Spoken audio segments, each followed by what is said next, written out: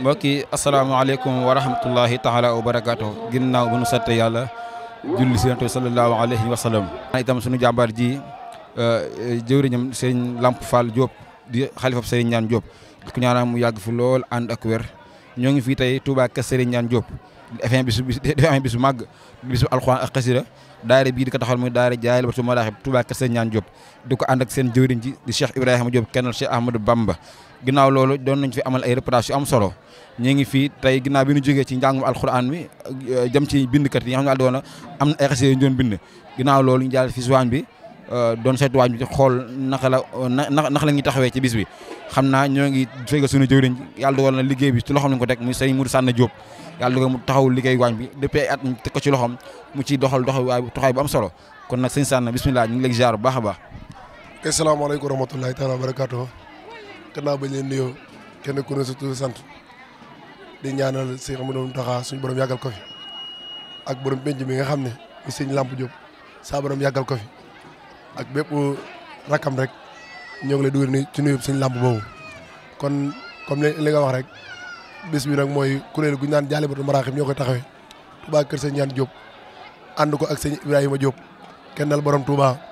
bis bi nag yàgg nañ ko taxawee. ndax bañ ko démarré ba léegi 2014 ba léegi ñu ngi koy taxaw ren nag la am 11 ans kon bis bi kenn ku ne xam ne du bis bu ndaw te bis bi fu ne la ci nit di bàyyi koo jëm si ci bis bi kon ñun ñi nga xam ne suñ borom dogal na ñun ñoo ngànk liggéey bi fii ci waañ wi booba ak léegi ba bis bi desee ñetti fan ba léegi lu jëm ci wàllu waañ wi ñu ngi ci di ko sayte ba fi ñu toll nii ci waañ wi kenn ku ne xam ne yëf yaa ngi bëgg a sottal kon dama lay delloo kàddu gi sëñ Baara. macha allah jërëjëf sëñ Modou Sanna mel na taxawaay bi am na solo trop comme ni nga ko waxee depuis bi nga ko commencé ba léegi liggéey bi sa loxo lañ ko teg nga di ko doxal bu am solo mel na gis nañ fi ay daayira yoo xam ne yàlla dogoon na ci jugee fa fasantikoo ci joxe fasantikoo lu wër ki sëñ Niane Diop maanaam ñooñu nak ngeen ànd ñu liggéey bi. waaw daayira de moom daanaka fi mu toll nii moom maam bis bi bu njëkk daan nañ ñëw daan laaj waaye fi ne dañ cee bokk ndax ku mel ne daayira ma fàttewul Bisri ak daayira soxna Jaarati Lay Buso bii ne ci hôpitalu kër sëñ Niane bi njëla di sëñ maam Cheikh Mbacke ak Serigne Sarax Fall ak soxna yi ñu àndal yëpp rek ak association Suqali Sunu Gox yëpp ànd ak ñun rek moom bis bi fi ne duñ ci gan ndax booba ak léegi ñoo koy ànd ak ñun te nit loo ñëw lu tolloo juróomi at boo dikkatee fi ne daanaka ci dirigeant yi nga bokk ndax biñ ñëwee ànd nañu ñu suba ba léegi biñ ñëwee ba léegi daanaka ñoom bañ leen placé ba léegi bañ leen placé ña nga fa di ko doxal comme ni mu leen waree ñooñu nag am ak cantal moom amal nañ leen ko ci kuréelu Jaalibatul Maraaxib ak ñun ñi nga xam ne ñoo ngànk waañi baax na jërëjëf. macha allah jërëjëf sëñ Modou Sanna kàddu yi am na solo lool xam naa du ma la bàyyi nag naa laaj tuuti nag ci maanaam taxawaay bi mbooloo yu bari na lool ci baas bi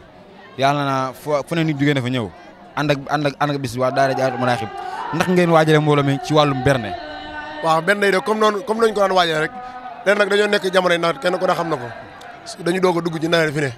kenn ku ne xam ne ku gis baas yu taar yi xam ne ci biir waañu waajal nañ ko bu baax a baax